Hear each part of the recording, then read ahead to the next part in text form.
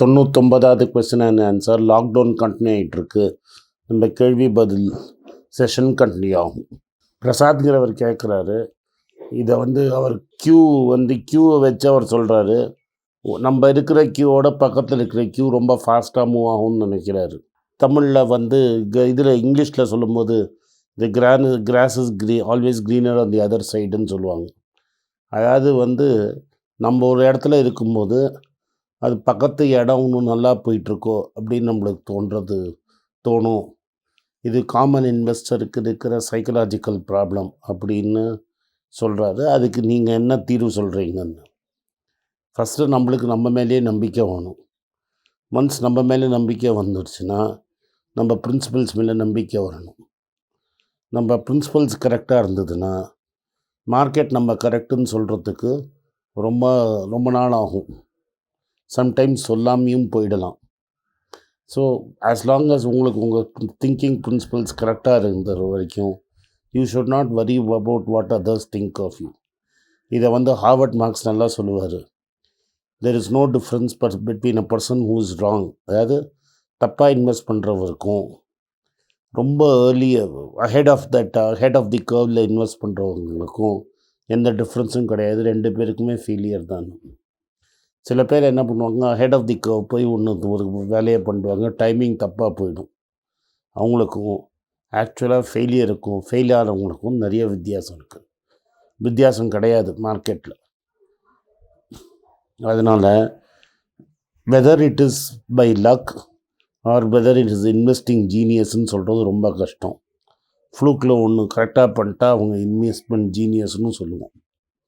So நம்ம என்ன பண்ணணும்னா, நம்மளுக்கு எந்த பிரின்சிபல்ஸ் ஒர்க் வருதோ, நம்ம லிக்விடிட்டிக்கு எது சூட் ஆகுதோ அந்த ஸ்டெப்ஸை தான் நம்ம எடுக்க முடியும். மார்க்கெட்டில் என்ன ஃபேன்சியாக இருக்குங்கிறதுக்காக நம்ம விட முடியாது. ஏன்னா market is dominated by institutional players. ஏதாவது ஒரு காரணம் சொல்லி சில குவாலிட்டி ஸ்டாக்ஸும் ரொம்ப ஹை ப்ரைஸாக வச்சுருப்பாங்க. அதையே திரும்பி நீங்கள் வாங்கினீங்கன்னா you will only follow the herd. பெரிய ரிசல்ட் ஒன்றும் வராது. So you have to take the plunge and buy something which is contrarian to view.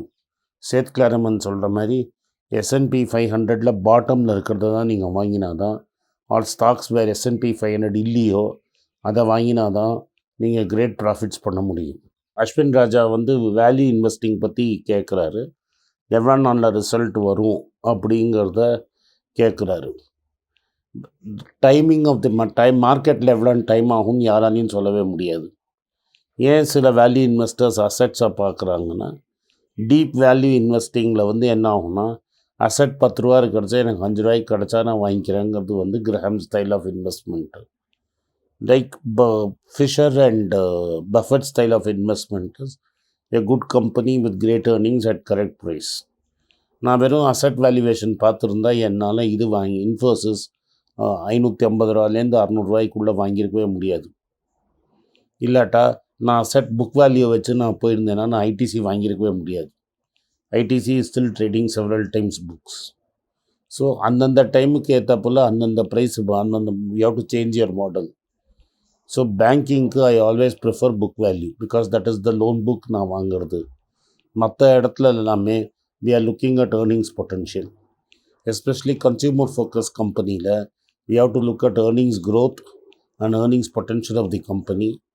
And 12-month earning-ஐ ஒரு கம்பெனி துச்சமாக மதிக்கிறது. லாஸ்ட் 3 இயர்ஸில் நான் பார்த்த phenomenon which was not there before. முன்னாடி டெட் வாஸ் குட் அப்படின்னு இருந்தது. லாஸ்ட் 3 இயர்ஸாக கடன் வாங்கின கம்பெனிகளை பயங்கரமாக பனிஷ் பண்ணியிருக்காங்க. அதில் நானும் மாட்டியிருக்கேன். ஸோ அந்தந்த சீசன் ஃப்ளேவரில் எப்படி இருக்கோ அது மாதிரி நம்ம மாற்றிக்க வேண்டியதுதான்.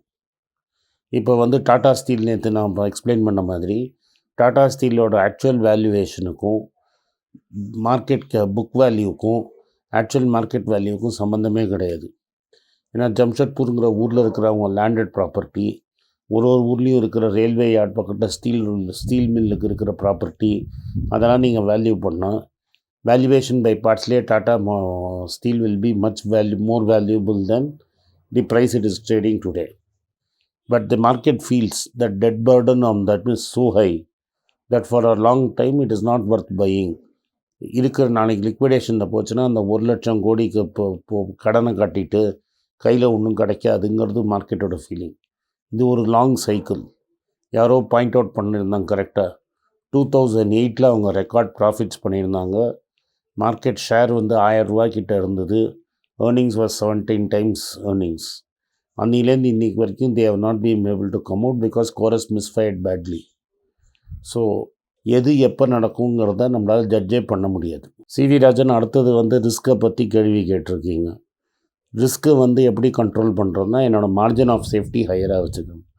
So first of all more then intrinsic value நான் ஸ்டாக்கை வாங்கவே மாட்டேன். ஒன்ஸ் இன்ட்ரென்சிக் வேல்யூ கீழே ஸ்டாக்கை வாங்கிட்டோன்னா the lower the price better the margin. So எனக்கு எவ்வளோ மார்ஜின் ஆஃப் சேஃப்டி இருக்கோ அவ்வளோ தூரம் என்னோடய ரிஸ்க்கை நான் கண்டெயின் பண்ணிக்கிறேன். If all things are okay, the lower I keep buying, the better it is.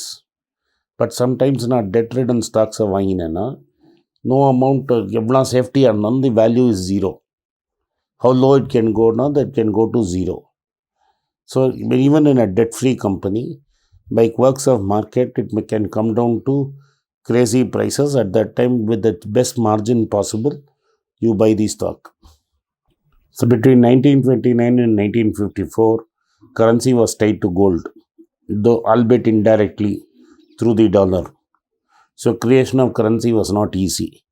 Today, creation of currency is extremely easy. So therefore, the liquidity ensures that the market will move up. There are two types of returns. There is a speculative return and there is an investment return. So the investment return is based on growth in earnings. Between 1929 and 1954, there's a huge growth in earnings. So people who bought it after 1940s made a lot of money in the stock market, and it continued up to the 1970s when it heated up with the Nifty 50 boom. அதுக்கப்புறம் reverse ஆச்சு. So market எப்படி எந்த ஸ்டேஜில் இருக்குன்னு நான் சொல்ல. Why do I say passive funds? ஒரு இந்தியாவில் economy will continue to grow. It may not grow at the rate at which I want to grow. But if you leave this year out, average it will grow between 4 to 5%. Corporate earnings will go 7 to 8%. For an investor who does not understand markets, his earnings will continue to grow at 7 to 8% over a period of 20 years. Survivorship bias will make sure only companies which perform well will be in the market, either will be in the index. Companies that don't perform in the index will not be there at all. So a combination of growth in the economy, which will lead to earnings growth, and survivorship bias will ensure that the index keeps moving, though it may look static for long periods of time. Bruce கிரீன்வால்ட்னு ஒரு பெரிய value invest சொல்லி கொடுக்குறவர். அவர் earnings power calculate பண்ணுறதுக்கு எப்படிங்கிறத அவர் புக்கை படிச்சிங்கன்னா தெரியும். பேசிக்லி வந்து I don't go through such complex things. I look at a company, I look at how much promoter shareholding is there. Or if it's a professional company, how well it is done. Those are kind of, அதெல்லாம் வந்து ஒரு value judgement. அது நான் ஃபில்ஃபிஷர்லேருந்து borrow பண்ணிக்கிறது. தென் customer அந்த ப்ராடக்டை பற்றி என்ன நினைக்கிறாங்கன்னு பார்ப்பேன். தென் அந்த கம்பெனியோட எம்ப்ளாயீஸ் அதை பற்றி எப்படி வாங்கி கனாபினான்னு திட்டுறாங்களான்னு பார்ப்பேன். Once all this is done, what is the value in terms of PE ratio பார்ப்பேன். and debt பார்ப்பேன். Any company which has substantial debt தொடவே மாட்டாங்க. பேங்க்லாம் புக் வேல்யூ கிட்ட பார்ப்பேன். I will never pay more than 2 times book even if the company is growing very fast, if the bank is growing very fast. அதனால என்கிட்ட ரொம்ப நாளாக நான் HDFC bank வாங்கலை. ஸோ என்னோட valuation is a mixture of qualitative and quantitative issues and highly conservative. And my aim is to get 6 out of 10 right, which I manage to do all times. இன்றைக்கி set of கேள்விக்கு பதில் சொல்லிட்டேன். நாளைக்கு இன்னொரு set of கேள்வி பதிலுக்கு நான் வரேன். நன்றி, வணக்கம்.